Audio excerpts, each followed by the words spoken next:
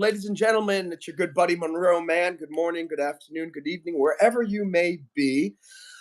Before I introduce special guest, Mr. Ben Curtis, just a reminder, my channel, we do comedy, we do music, we do psychology, motivation, and music, whole bunch of other cool stuff. And of course, we have special guests like this really cool guy here. Some of you probably recognize him. He was the coolest, most famous guy in the world, or at least in the United States, back in the early 2000s. And it's Mr. Ben Curtis, and I'm so honored that this gentleman is on. We've known each other in a weird Twilight Zone sort of way for many years, maybe more than a decade. I think And a couple decades. my first question is, why is your cell phone in my phone? Like, how did we connect? I do you remember? Because I don't. I don't remember clearly. My guess is that was my pre-sobriety days, and that we were out at some event. But I think it was through acting, and usually I have to take notes on my phone of how I met someone. But I don't remember where we But initially but met either. I don't think we ever have met in person. Hi, Carly. How are you? Great to see No you. way. Is that possible? No, I literally, I don't think I've ever met you in person because I would have, as soon as I saw you when we did the preview, I was like, wow, I'm actually seeing this guy. I mean, it's as if we've known each other forever, and Yeah, I and, feel like and I've we've known you talked. for a long time. Like, why? I know that we've talked on text message back and forth over the years, but I thought maybe you would remember because I don't remember how we That's know one another. hilarious. So anyway, great to, and at least in my mind, maybe my memory's not, but Yeah. great to finally meet you in the digital flesh. Yes, in this new 5D world. It's funny that it's not surprising that we are reconnecting too, as I saw you're doing music and acting and psychology. These are all things that I love and really care about and want to make a difference in the world. So it was really cool to hear from you after all these times. And I want to thank everyone who's joining us today. I'm an open book. I'm here to answer any questions you may have, and I'm excited for this. Absolutely. I'm going to take everyone on a journey, and I'm going to learn things about. I'm going to ask about things I know about you to maybe get more clarification, but also I'm sure to learn about things that I have no idea about you. A lot of the thing, for those of you who don't know, Ben was the face of Dell computers back in the early 2000s, and he was supposedly only supposed to be on one commercial. Is that right? And then it ended up being like 30 different commercials with Dell. Is that correct? Yeah, I auditioned for one. I don't think anyone knew how big it was going to be, and yeah, it turned into about 26 plus some personal appearances and voiceovers, and I became the face of their brand for several years. Did you meet Michael Dell? Did you I ever meet? did actually. It was a it's kind of a weird, funny story. They were doing so well. They were breaking all the records. When the stock market was dropping, their company was still going up, and their employees were working overtime. So they actually flew me to one of the factories, the headquarters, to like boost the employee morale and meet everyone and say hello. And then they had this, and Michael Dell was there. So I got to meet Michael. That was really, really cool, very special. I sadly haven't gotten to see him since then. It's been plus over 20 years, but we still tweet to each other from time to time. And Dell actually brought me back 20 years later. I did a campaign with them on Instagram a couple of years ago. It was really exciting about how things change over 20 years. It was talking about how I've changed, how I've grown, how they've grown as a company. And I was really excited because it's an idea I'd actually pitched to them like a decade ago. And somehow their team came up with it newly and brought it back to me. And it was What, really exciting. was it as a? Did you come back as an older version of the same character? I came back as myself. Aha. Okay. Well, I think that's even more genuine and interesting, actually. Than I saw Yeah. something. I was just looking online, just doing some research on the miss on Ben Curtis here, and I saw this, which I thought this was interesting on an interview that you did And somebody wrote here, I don't know if you can read it. It says Dells could be good computers if they didn't put so much bloatware on there. If they were smart, they'd one, stop doing that, and two, bring Steve and Ben back as a grown-up Dell dad. And I, I I love thought that that. was hilarious because I think that um, you don't hear about Dell computers as much as you used to. Definitely not. And do you use a Dell? I do actually. Do I you got get a to do. Well, I lifetime use supply of multiple Dells? computers. I use them. I use both a Mac and a Dell, but mostly I use a Dell from time to time, and they just don't. The PC still don't communicate with phones the way Apple has really done a great job of. So, like I told Dell, listen, if you all really want to be the leader in the market, you've got to make it more accessible for those of us who are younger and use interfaces and phones more. So Dell's actually, but they're really smart. I love what they're up to, and they're in the future of technology now, so they're not so much in the computer world, they're in the cloud world, they're in the regenerative world, they're in the climate world. They're one of the first organizations where you can recycle a computer, just mail it into them, so they're doing some good things. And I have a really nice XPS laptop and a big, here, I'll show you, well, yeah, I can show you, I've got a big cool this whole screen here is a Dell. So this is part of the system I use when I'm podcasting. And then I have one other funny thing I want to show you on this. So I don't know if you all can get a glimpse of that, but this is my mugshot, and the article that came out in the New York Times is as soon as I was arrested, it said, "Dude, you're getting a cell." So that was me.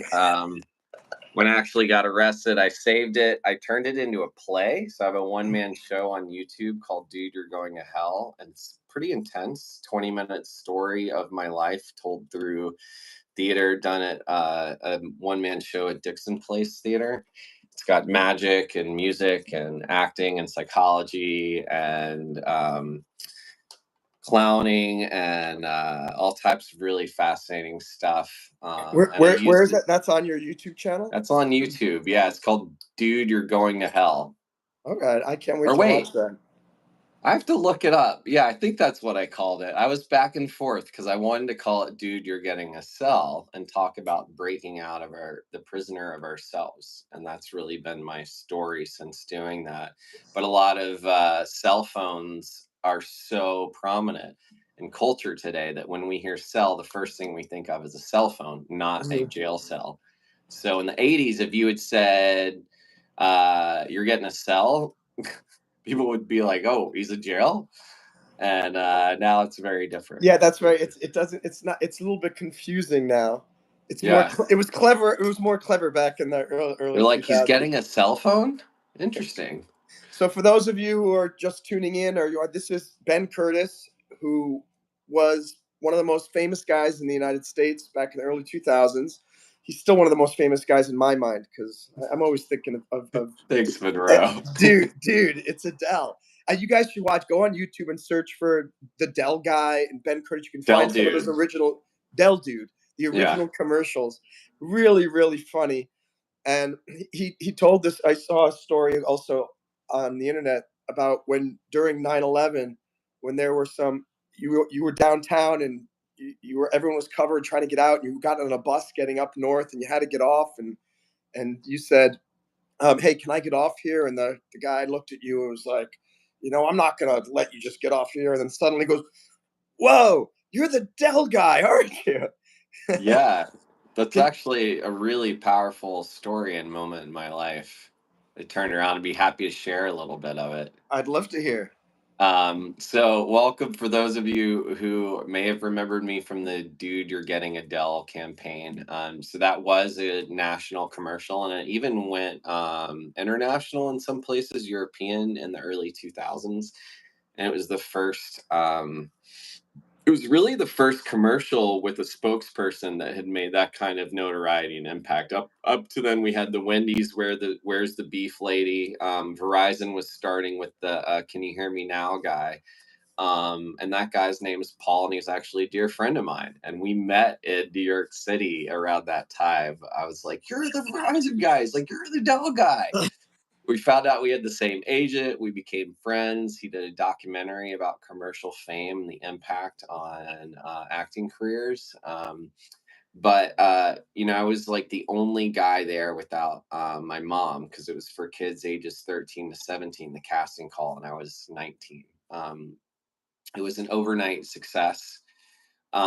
So I can, it was really intense though. And I was also in school full time. I'd gotten into my dream school, NYU, on an acting scholarship. My family had next to no money.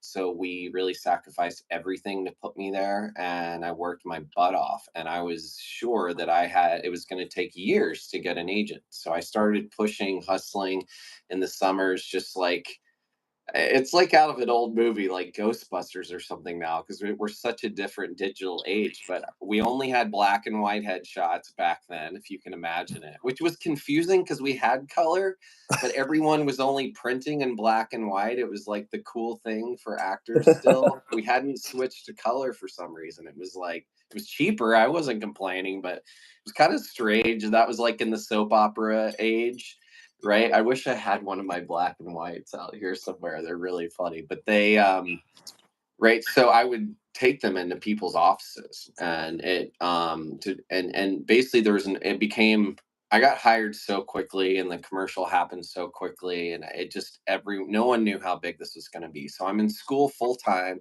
NYU, dream school, acting, like no free time. If you're in an acting conservatory, you're like fully engulfed, taking classes, in New York City, a Southern kid, have money in my pocket for the first time. And then I'm starting to get so many auditions that I can't even get to class regularly. I'm starting to have to cancel classes and look at like, oh my gosh, is this a time to like quit school? And this is everything I've worked for. And around that time, I bought my first adult apartment, or rented my first adult apartment, meaning I got out of the dorms. My buddy and I like Wait a second. split. Let me interrupt you, Ben. This is very important. You rented your first adult apartment. Did you rent a child apartment prior to that? Is that what you're saying? I was in a dormitory, so yeah, kind of. Okay. Okay. Yeah, I love that. So yeah, we had to, we literally, um yeah, so I'd just gotten an apartment, which I felt like, my own place, I'll say, with a friend, that wasn't the dorms. And that was on the corner of Rector and Broadway. And I took a life changing course in the World Trade Center, which was 4 blocks away, at a place called Landmark Worldwide. Landmark Mhm. is one of the leaders in personal growth and development, for humans, sort of like a Tony Robbins like organization, but more about the individual, less Tony and that. So it was in the World Trade Center, and then 3 weeks later, my adult apartment became the place of ground zero. So September 11th happened. I was there. I slept. I was probably hungover, late for class, and I woke up to seeing the towers exploding in front of my face. So I had a view of the South Tower. My roommate had gone to take pictures of the North Tower because we didn't know really what was going on. So then I saw one of the buildings begin to fall. I went into the subway. I was immediately covered with the debris, and we couldn't see. And it just like out of the movie, just smoke. And we got out and was running out of there and found a bus. And on the bus, the driver, I was asked where they were going, and the guy just said, "Uptown, get on." And I asked him if he could stop at Union Square where the dorms were, NYU dorms, so I could try to find a friend. And at this point, I was still very much alone, and I thought my best friend was dead. And the driver's like, "I'm not stopping for nobody," and I'm crying, and my shirt is ripped and around my neck. I had it on my face, so I'm covered in soot, no shirt on. And he's like, "Holy shit, are you the Dell guy? Dude, I love your commercials. Yeah, you want to get off right here? That's great." So that was like the whole lead up to the story of like how the commercials actually help. helped get me to safety. And that guy, I ended up getting dropped to that door, and my best friend and roommate, who I thought was dead, was there waiting for me. We somehow found each other, and it was just a remarkable story. We're still friends to this day, Marcus Jones, and that's was kind of the beginning of my journey to kind of like in the dark night of the soul that helped me begin to heal and find recovery and coaching and psychology, and begin to really help other people and get trained in trauma and things like that. And I just decided there were too many actors and too many of us out there self-sabotaging, and I saw some other Oh, options hold for on. Let how me we could interrupt real move. quick. We got 5 people now. Because some of you click like? Because the more of you who click like, the more YouTube will send some new people. This is Ben Curtis, the Dell dude. He's far beyond that, and it's tough when you sometimes you got one thing. I'm gonna tell a story about Bronson Pinchot, which you'll relate to, who was the guy actor from Perfect Strangers. But it's um, that's where he's got the biggest claim to fame for now, and but that's where a lot of you may recognize him. We do have a part of American culture right here on this live stream. Hi, Professor Philippe from Brazil. What's up, EDP? Thank you for calling us both gay. I appreciate you calling my live stream gay. It's always a compliment. I appreciate that. Dilip, I don't know if you're still here in India. Monk, how are you? PTK, hello if you're here. Carly, I don't know if you're in school. Aren't you supposed to be in school? Carly's in like high school, but somehow she's watching the live stream at 10 a.m. I'm not sure how that works. So the next question is, so you mentioned it. So you were at the height of this Dell thing, and then you got arrested because of Well, the some. arrest hadn't even happened yet. Oh, That's that was so. This was before the arrest happened. So then the Yeah. arrest happened, and after your whole career was, and you had everything that any young actor or anyone who's got a huge dream, you did that at a very young age. Were you under 20 years old, or were you? I was like 19, 20 when it started. Yeah, so Okay, so you had this huge Dell commercial career, and then it came crashing down. How did you find out? Like, did you know as soon as you got arrested? Okay, I'm in trouble, or did it kind mm. of come trickling in? Oh no, I knew I was in trouble because I couldn't go outside. I couldn't go anywhere without being recognized, or I don't know what the like male version of catcalled would be, but like people kind of yelling at me. So it was such a high profile time in my life that I just knew, and the police were already mocking me behind bars, like, "Oh my god, it is the Dell dude!" Like that's where I started this character, and the dude you're getting a cell idea started. So I actually play that police officer in my play. The guys who were just like couldn't believe they had the Dell dude, and I mean, I didn't even tell you the part about how my girlfriend was visiting from Scotland. So I had a kilt with no underwear on when I got arrested. Oh come! Oh my! You know what? Now that you remind me, I think I remember the news story. But I mean, that how Proper Scottish embarrassing style, we could you call get, it. right? Well, my buddy, whose dad is like a lawyer, said, "Well, we got to go home and get Ben some pants and underwear," and he brought him over, and it like helped keep me in my own cell that I was like wearing a skirt, and they according to the officers, they're like, "There's no way you're gonna last in here." You know, they put me in the like drunk tank, and my friend brought me pants and underwear, and that kind of started them mocking me the whole thing. And it's fun now though. Like, and my dad was super cool because once I talked to him, he said, "Well, at least you got arrested in style." And my dad was gay and hilarious and had great style, so I love that. let me It's let me just jump in here to this. What's Professor Philippe? How are you? Love and light. Welcome. Yes, it's 10 a.m., not 10 p.m. Many of people have lost great opportunities because they mix AM and PM, and you missed the first 20 minutes of this brilliant interview. But fortunately, it's recorded. Jamie, hello. How are you? Eke77, welcome back again. Great to have you, Eke. One of my former students. Uh, let's see. Love and Light is here. How are you, Jamie? Mahendra, be careful, be strong. Love is too much stronger. Mahendra, maybe messages will also help you all. Messages can help us all if they're positive messages. If they're negative messages, they're kind of downers. If any of you have questions for me or Ben, please put them in the chat, and we'd love to answer them. Ben has incredible experience as an actor, as a television actor, film actor, commercial actor, Broadway actor, and business owner, coach, which leads me to the next question. How did you overcome this? First of all, how did it make you feel when you found out that you were, or I don't know if you answered the question, how did you find out that you got dropped by Dell? Oh. And how did it feel when you like quote unquote got blacklisted and you thought, oh my Mm, gosh, I'm on the top of the world and now nobody wants to work with me? yeah. And then how did, I guess that's the first question. Then we'll move into the later part, is how did you grow from that and use this as a launch pad to everything else you're doing now? So the first question is, how did it make you feel when you just found out, oh my gosh, it's over? Yeah. Well, and you even asked, like, how did I know that it was over? And there was an officer right before I came out that came downstairs into the tombs and said, there's a lot of cameras out there.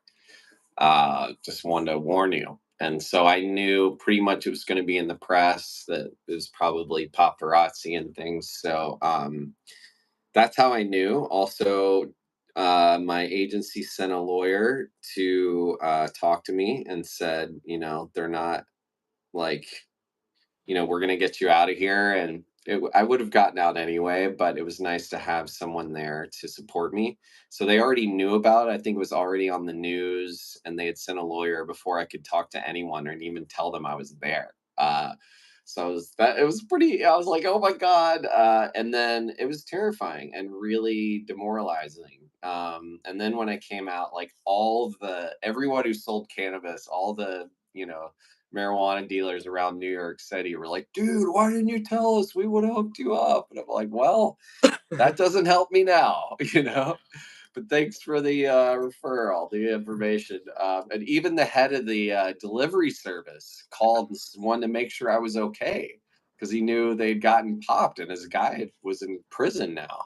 So that was wild. But uh, how it felt was scary, terrifying, demoralizing, shameful. Yeah, it was really also, I was very unwell and I had PTSD undiagnosed from September 11th. I was self-medicating with drugs and alcohol.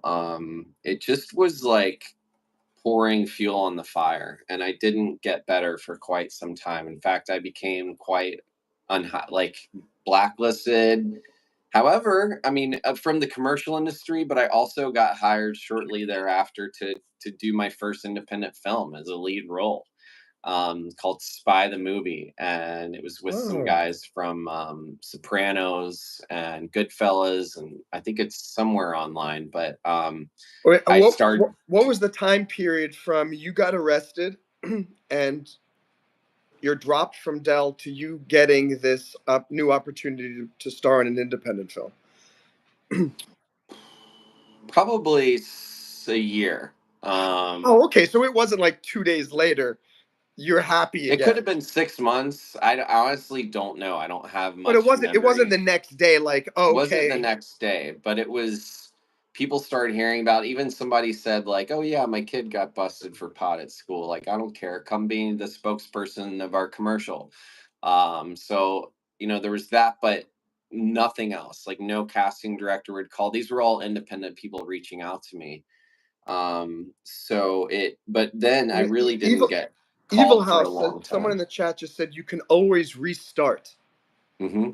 What's your response to what Evil Well, they House said just said? join the gym. You can always restart. So I do work out, and I think restarting is a great idea. This is exactly what I chose then. Is yeah, you can restart, but when you're in the pits of hell internally, and with drugs and alcohol and depression and trauma, there's no choosing anything other than sink or swim. So I started asking for help.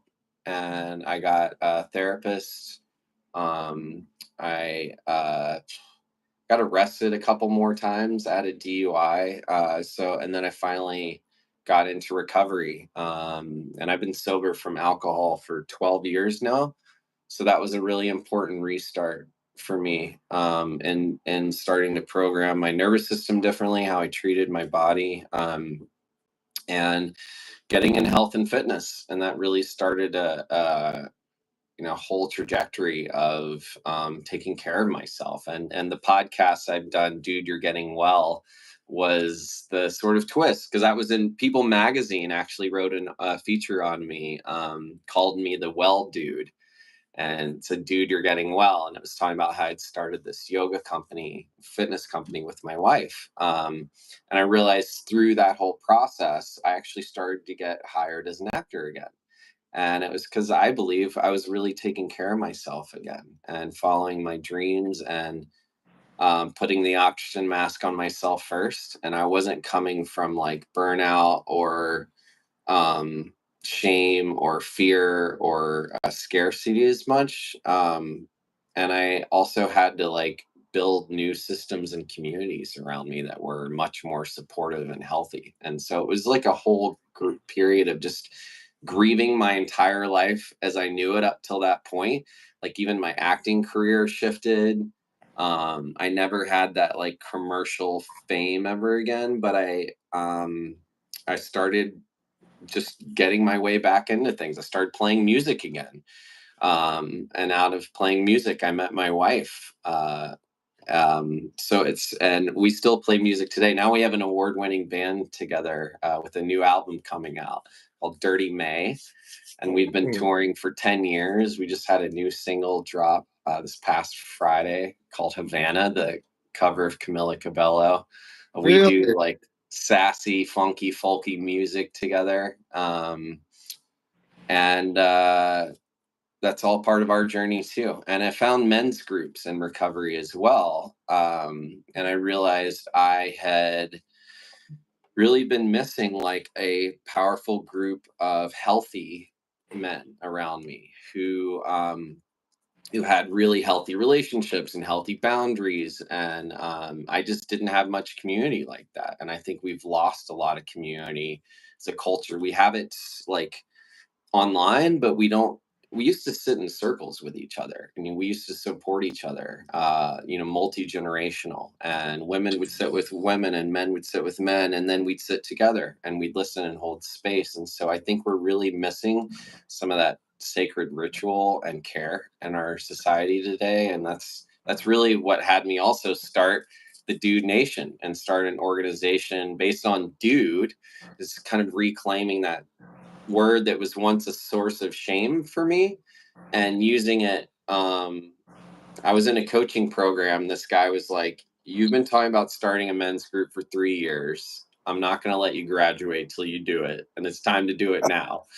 And I realized like something around it had to be called something around dude, because that was what I was working through. And I think it's an important word to reclaim today in our society, because it became like a surfer or a stoner or a burnout or an unintelligent male. And now it's becoming a word of love and camaraderie and brotherhood. And so we're looking at like bringing that. Even this group, Dudes for Harris, has come back as an answer.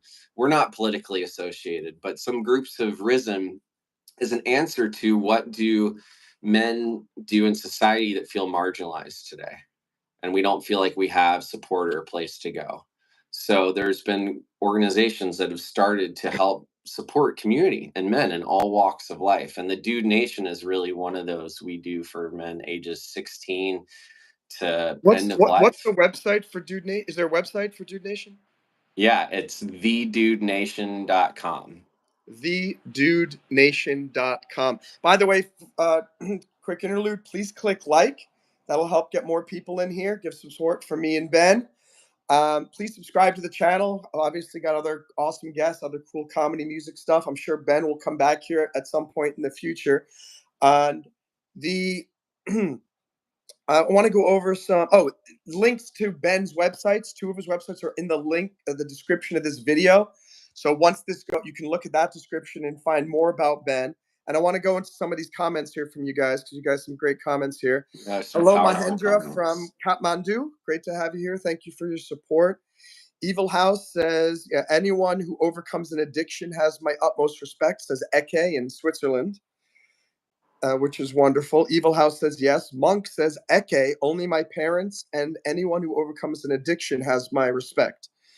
Excellent. Strong men help others to get strong, says Evil House. Kevin And McLew, what was the most memorable moment from your time as the Dell dude? So, any of those comments did you want to address? yeah, Evil House also said iron sharpens iron a little higher up there. And that's actually a saying from one of the oldest book. Well, it's from the Bible originally, but from a book around men's work that iron sharpens iron. So another man can help strengthen another man, just how another woman can help lift up another woman. And we need more grounded, mature, healthy masculine figures in today's society, I believe. You're welcome. So, yeah. And that can include vulnerability as a source of strength. That can include courage and emotional intelligence. That can include education and awareness. Um, so that's what that really brings out for me, is that we have to learn from each other, and anything that we're still missing today, we're probably missing because we're trying to do it alone. Um, and I would say, like, respect for anyone who's dealt with addiction. We don't always get a choice, and every day that we're alive is a gift. And so that's something I still deal with. It's on a daily basis that I get to choose sobriety, and we all get to today. We get to choose what we're addicted to, how we're going. Like, we can be addicted to self-care. We're all addicted to things, right? If there's things we become dependent on, but we train others how to treat us, and we train ourselves how to treat us. So I really believe our thoughts create our words, create our world. So how we practice thinking, how we practice speaking about ourselves and others really dictates the reality, the perception we have. Because if we look for negativity, if we look for evidence for why our life isn't working, or why the world's a terrible place, we'll find it. If we look for evidence for why our life is amazing and why the world is an incredible place, we'll also find that. So I'm not saying like we should just brush over anything that's not working for us, but I really believe our intentions are a big part of that. So that's the first thing that stands out for me from these comments, because it's really powerful what y'all are speaking to. And I'm happy to answer Kevin's question too. Yeah, go for it. Let's go right into that The one. What most was your most memorable memorable moment? moment from my time as the Dell dude. God, there's so many that were awesome. Well, one of them is being on the Tonight Show with Jay Leno was really special. I was on there. I was a special guest. Renee Russo was the other guest. Um, that was a phenomenal experience. I'd say another really memorable one is I was on a live Triumph the Insult Dog Yeah. show at Irving Plaza, I believe, in New York City. And there's a lot of other celebrities. And I walked backstage, and Conan O'Brien was there, Will Ferrell, Jack Black, Horatio Sands, and someone else. Like, you, those guys would probably never be in a room again themselves because they all got so famous, let alone that moment. So that was like incredible. And Will Ferrell was in character as Robert Goulet, the lounge singer. And so he and I interacted with him in character, and we got drunk together, and we had the best time. And that was really a blast and a special moment as that.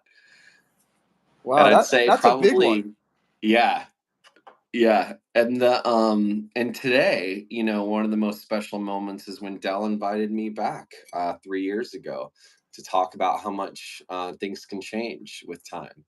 And so that campaign was really powerful. It was done with incredible team. There's some digital AI features in there, like they put me in a Formula One car and in space, and a lot of cool stuff thanks to technology that wasn't possible in commercials up until recently. So that has been another really, really special moment for me to, full circle. Like I just kept on my trajectory and we found each other again. I thought that was really special. Beautiful. Great. That's a great story. Evil House says, we're proud of you, brother. Keep going. And Eke77, what would you say to Eke here? He says, my sister died of an overdose last October. When it Mm. happens in the family, it's always a little worse. Yeah, it's much worse. It's a family disease and dis-ease. So I'm so sorry for your loss. Number one, I'm like, I mean, no words can fill that. Hopefully there's some relief, that the person's no longer suffering or the family in that way, but I know that there's a lot more suffering. Clearly, no one wants someone to not be here anymore. It's that we want them well. And addiction is, 2% of people who deal with addiction tend to overcome it, tend to find recovery. Like those, it's like another 2% who find it stay. So it's really strong genetically. A lot of us are programmed, and biogenetics can be in our DNA for up to 7 generations. It can take time, 7 generations, for us to start to shift a gene around alcoholism or addiction. And if it gets passed down, yeah, it's terrible and it affects all of us. So I think what's most important I learned also from a decade in Al Anon family groups for those who have friends or family in addiction. They don't have to be alcoholics, whatever. Like I learned healthy boundaries there, and I learned that it does affect all of us, that it's a family disease, and that the best thing we also need to take care of ourselves and our relationship to this disease, whether the person's living or not. Because usually if there's a household where addiction's present, then there's also um, addictive tendencies. So it also creates a lot of victim, villain, hero, people pleasers kind of scenario where we want to save everyone or please everyone or uh, um, condemn everyone. And so I would say just be careful when in those dynamics and really take care of yourself and use that, talk about your sister, like share that story. Maybe you can help save lives by telling your story. But I think first and foremost, we've got to take care of ourselves. I just like to add that Alcoholics Anonymous it's a wonderful program, and a lot of other support groups have used that model. I don't drink. I've never really been drunk. Never had alcohol. Don't like the taste of it. But we all have our burdens and our issues that we're working through. And for me, it's a lot of times it's just having a really sour moods, not being like having depression and this and that. One day at a time. Any of you who are suffering with something that you're struggling to overcome, the only way that I get through every single day is one day at a time. And Mm, if you try to overcome, like, oh, I'm going to be happy for the rest of my life, that's not going to work. And those people that say, oh, I'm quitting smoking today and then I'm done. Some people may, I applaud anybody who's able to just quit cold turkey and then they stick with it. But for most of us, we've got it ingrained in us, and whatever part of our psyche is acclimated to that negative part of our lives, focus on just get through the day, get through the hour, get through the minute. mm. And That's great advice. Like even a step at a time, I say even a breath at a time. And Yeah, there's a lot of different really cool 12-step groups out there, but I think what you're saying about more around self-care and taking it, yeah, being in today is really, really, really important. so the And imperfect, being kind with your to yourself, like that's another really important thing, like the how you wanted the world you want to create to see, for yourself and others. Like treat yourself how you'd like other people to treat you. Beautiful. including what you put in your body. So I see Evil House saying I take a lot of caffeine. So like nothing wrong, no shame, no judgment, but that's something you can start to look at. Like thank you. Awareness is beautiful. That's the first step. Awareness, acceptance, action. So if you can be aware, you can accept that you have it, like you take a lot in, and then you can take a different action. Um, but I do not agree that testosterone equals more happiness as men. Men have a very equal level balance of testosterone. And if you actually add to that, that's what equals aggression and the aggravated behavior that gets associated with it. It can have a major negative impact on your body, mind, erectile dysfunction as well. And so you can learn to raise your testosterone naturally through exercise. But we all need, men and women need regulated hormones. Like that's really, really, really, really important. And often food and exercises and meditation are the easiest ways to do that. Because I didn't talk about, I'm a chief well-being officer and personal trainer and wellness coach, and I've done that for decades. So these things are stuff I'm really passionate about. So Imperfection says, I thought you guys were brothers. And kind of in a way, we both, hey, two good looking guys We on a might live be stream, related. right? Where's your family from, Monroe? Let's see, Lithuania, Russia, Austria, Poland, Norway. I guess those are Okay, the main ones. so How about maybe we're related a little further back. what about your family? Um, uh, Germany, France, England, Scotland, Ireland. Okay. Yeah, Are but you I also was from Del? curious if we had any Southern relatives in common. Hey, you never know. Yeah, Um, oh, calling us two heroes together. Thanks, Evil House. I appreciate that. that is really beautiful.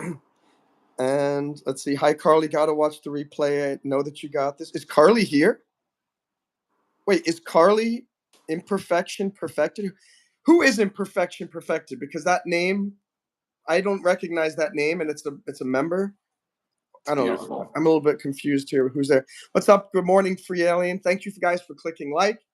We have Ben for about another 12 minutes. I know he has to leave at 11 a.m. So, for those who are just joining, Ben Curtis is, among many other things, originally the Dell dude from the commercials back in the early 2000s. And I looked up to this guy as a young actor back in the day and thinking, wow, I want to have the success of this guy. Oh my, because we're almost the same age. I'm a little bit older. I think you were born in 80. Hmm. Yeah, I was born in 77. And that's great to have Ben Curtis here on this live stream, one at a time. Mine is Sandra. What the heck is Sandra? Does anyone know why is she talking about Sandra? Her name is Sandra. Oh, your name is Sandra. Thank you, Ben. See, Ben, I can't It do this takes a alone. village. This is It why we're takes not a going village. That's to right. do it I can't. alone. I can't host this live stream without Ben Curtis. He needs to be here all the time. Sandra, great to see you. Thanks for joining us. And Jamie's here. So you asked who gifted you a membership, Sandra.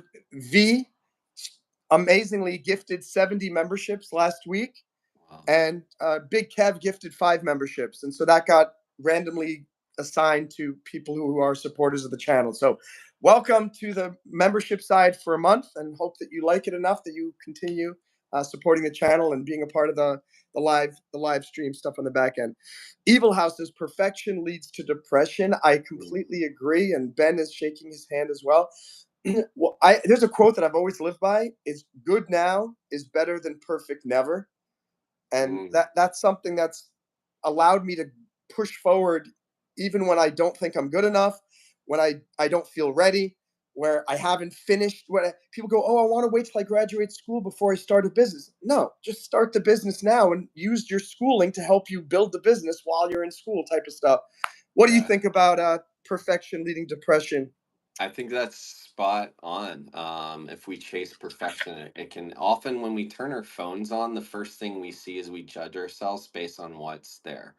So Mm, even my morning routine, which I think is really important, includes not looking at social media. It includes checking in with myself, what I need, start to read, write, ground. I take my shoes off, I get in the grass, I walk my dog. Then I post on social media and engage with accounts that really move and inspire me.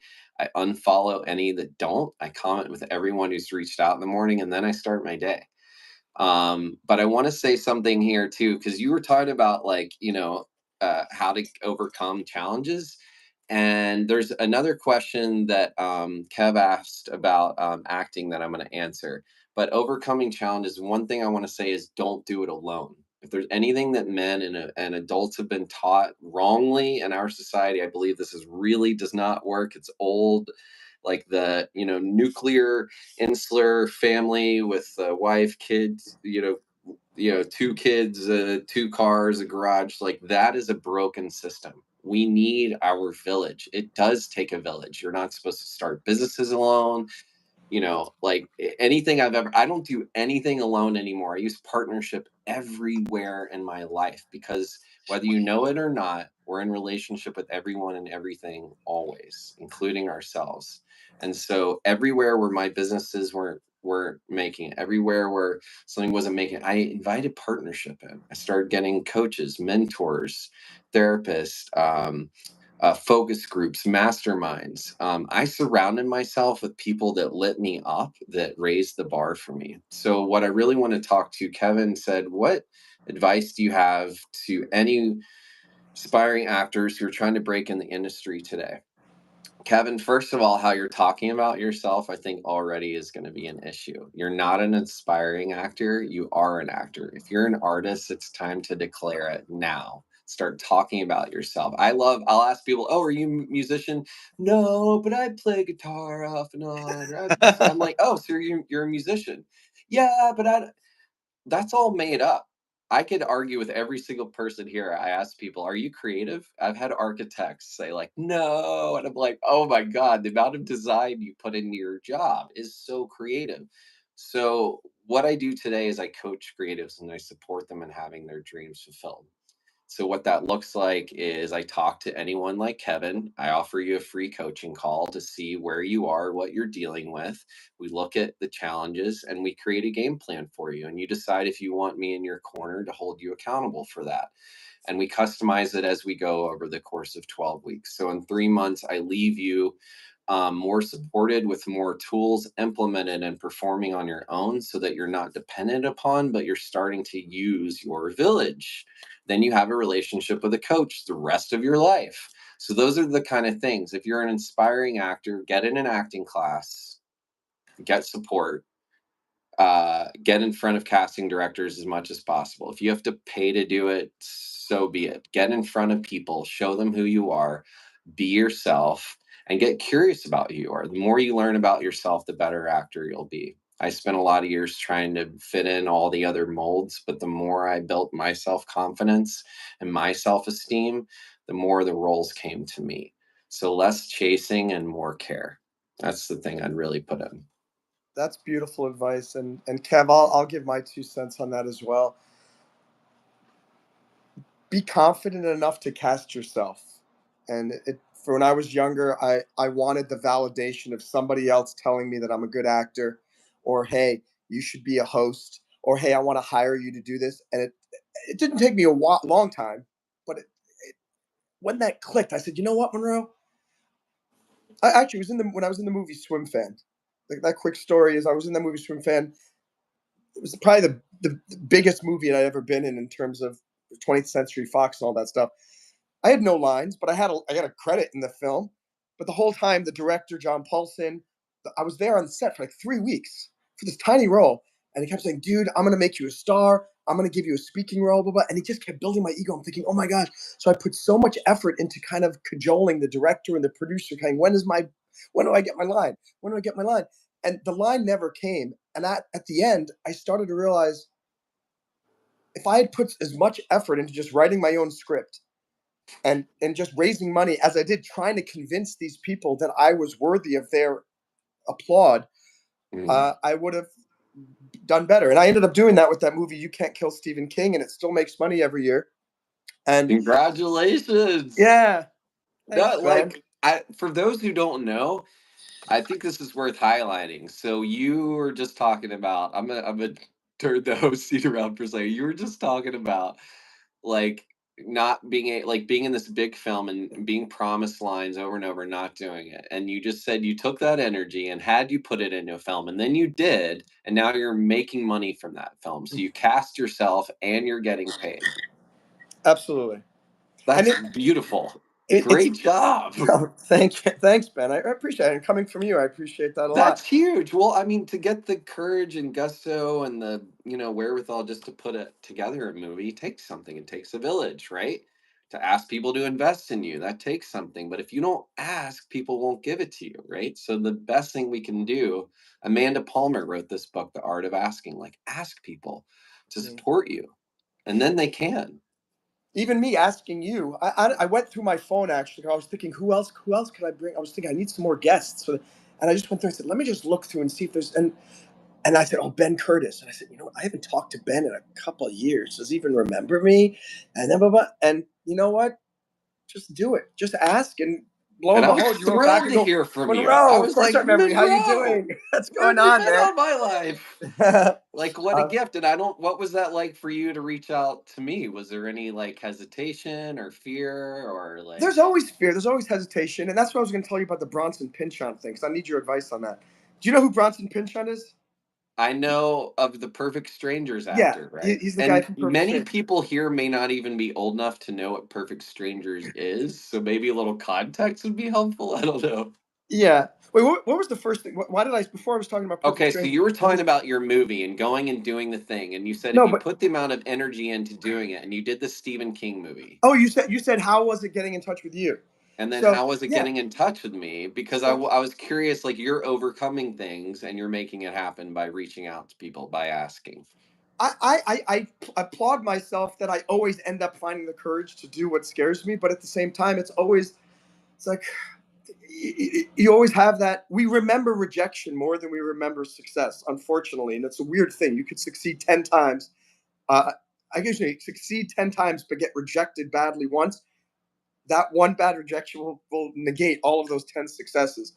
And so, of course, I'm thinking, is it of all like the 10, 12 people that I got in touch with from my cell phone, you're the only person who got back to me.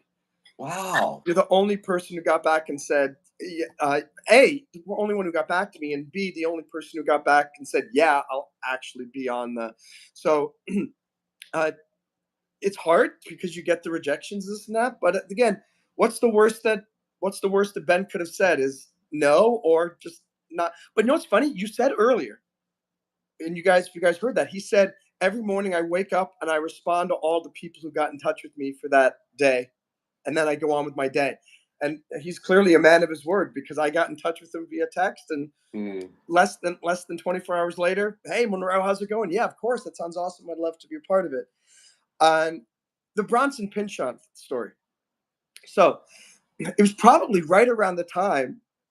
No, no, no. It was after.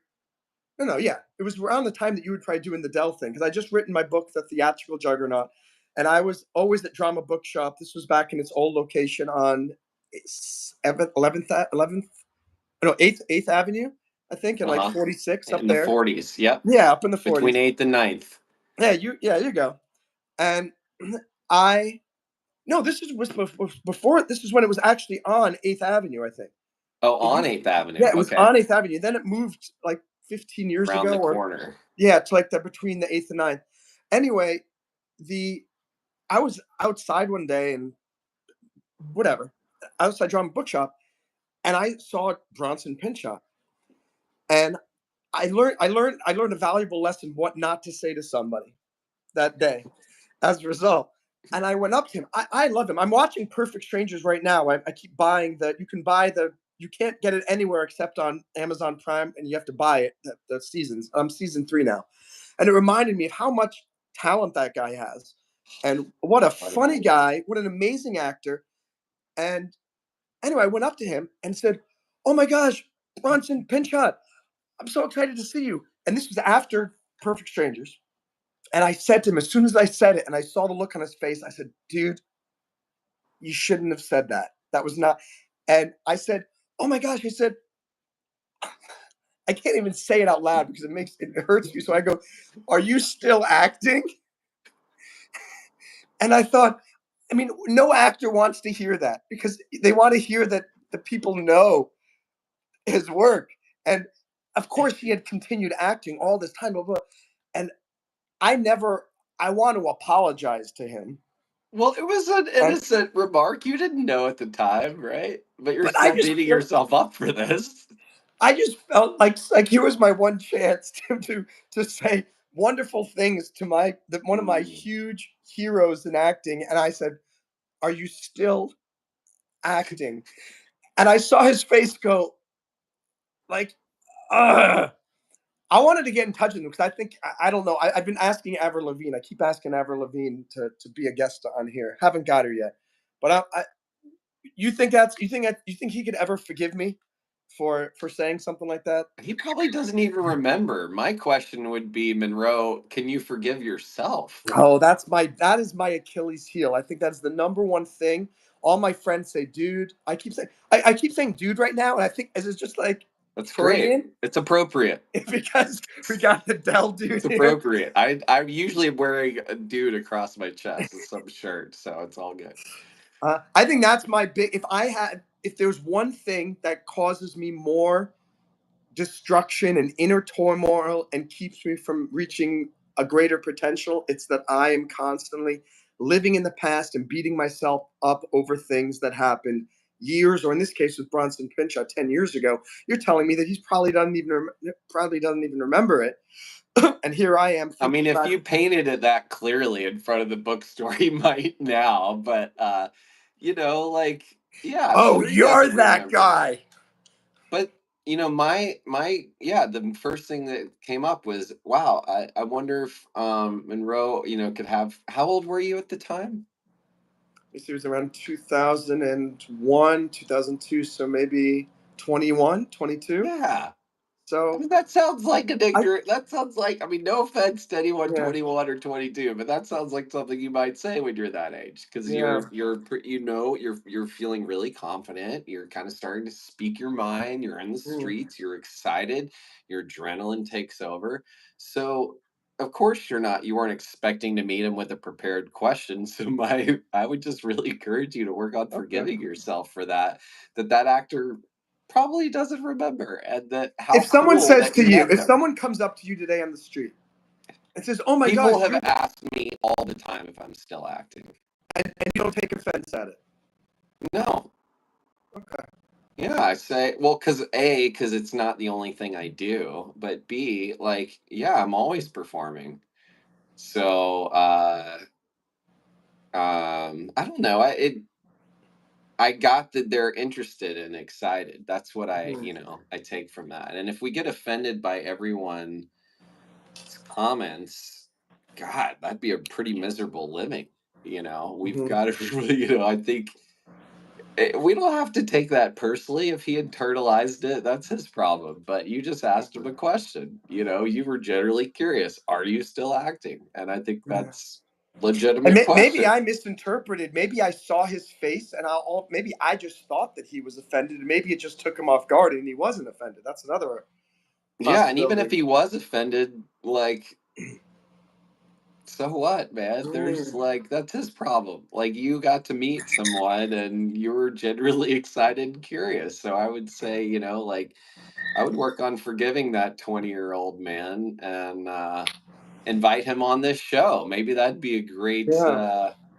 great healing process Oh, for by the you. way, if you do know of anybody that you think might want to come up, anybody, you can always let me know. Any of you guys watching as well, if you have any friends or if any of you as viewers think, "Hey, I got something I want to share," Yeah. it doesn't you don't have to have a national commercial and famous story to get onto this. We've got Jamie asking here.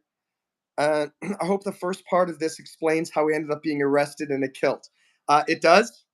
And if you need even more about that, you can do lots of Google searches and find all about the crazy stuff before and after Mr. Ben Curtis. That's right, there's no perfect. I'd like to know. It's perfect for me, might not be perfect for everybody. That is true. Jamie, how to get rid of social media.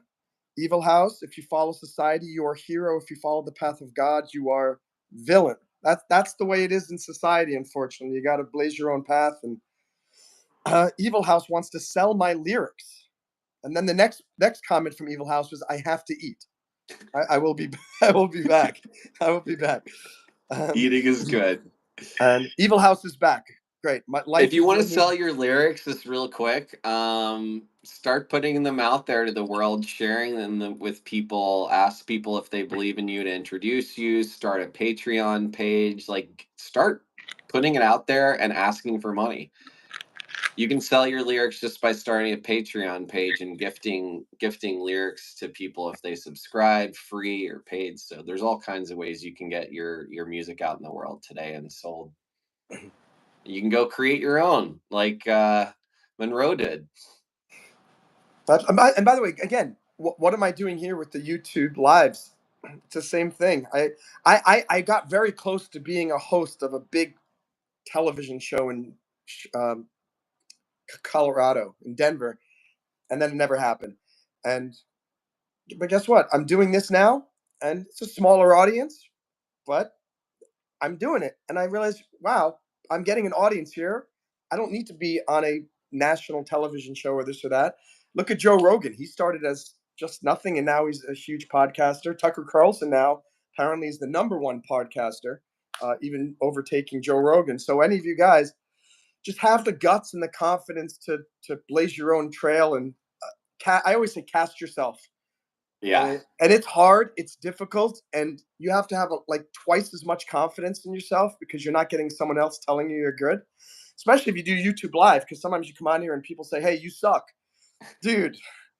Get Well, it's off." hard and it's difficult. I think, if that's also, if I may, like, that's we create it, it becomes more hard and difficult as we say it is. Like, it can be challenging, but also it's practice, like, right, it's a muscle, like going live. This could lead to a television show, it could lead to your dreams, but you're creating it. And I would say one other thing that really stood out to me, Monroe, that you said is, yeah, it's scary, but I still get the courage to do it. And that's that, courage is not the absence of fear, as Roosevelt said. It's looking at the fear and taking action anyway. So even those of us, it fear is sometimes present for me in an interview or going live or putting myself out there, or like going to the farmer's market and putting up a giant Dude Nation banner and saying, "Talk to me about men, like men talk to me." Guys don't want to talk. Like, they're like, hell no. Having a band with my wife and putting out music and like Your hoping wait, we wait, your get wife through is it. your wife is in your band? She's the lead singer. Yeah. Wow. Yeah. So if Is some of we the music on your YouTube channel? It's Or everywhere you listen to music. We're about to put out our third album. It's called Dirty May, Mae. Dirty? Dirty May has their own channel, and they Oh, wait, have wait. Is the band Dirty May, or the album name is Dirty May? the band is Dirty May. Dirty May. Okay. Yeah, everywhere you stream, Dirty May is on there, and it's really, really a powerful fusion. Three of us write and started it. My wife, my best friend Robin Frost, and myself. The three of us co-write and create. So the music is very eclectic: blues, rock, reggae, Latin, but it all has folk and Americana roots. And the only word that people have in common to describe it so far is New Orleans. So we've got a lot of trombone. Interesting. I So you'll can't. have to hear it and Yeah. let me know what you think for yourself. Absolutely, certainly will. I can't wait to hear "Dirty May." By the way, I don't know if you know, Ben, but I have music. I mean, I have a band too. Not playing live anymore, but I keep putting music up on my YouTube channel. So if Cool. you want, you I'll guys go can all check out listen. some of those. And let me look at some of these What's your comments. band's name? It originally was Crazy Morning, then it became Running for Famous, and now it's basically just Monroe Mann, just Got just my it. just my name. But yeah, Cool. it's on Spotify, it's on Apple Dirty May had Music. two other names before we came to that one too, but we hired a coach and we First, it was worked at our branding and we started getting curious about our sound and created a whole package with that too. So if there's any creatives out there that are looking for a little extra support, I'd be happy to talk to you. what was the name before?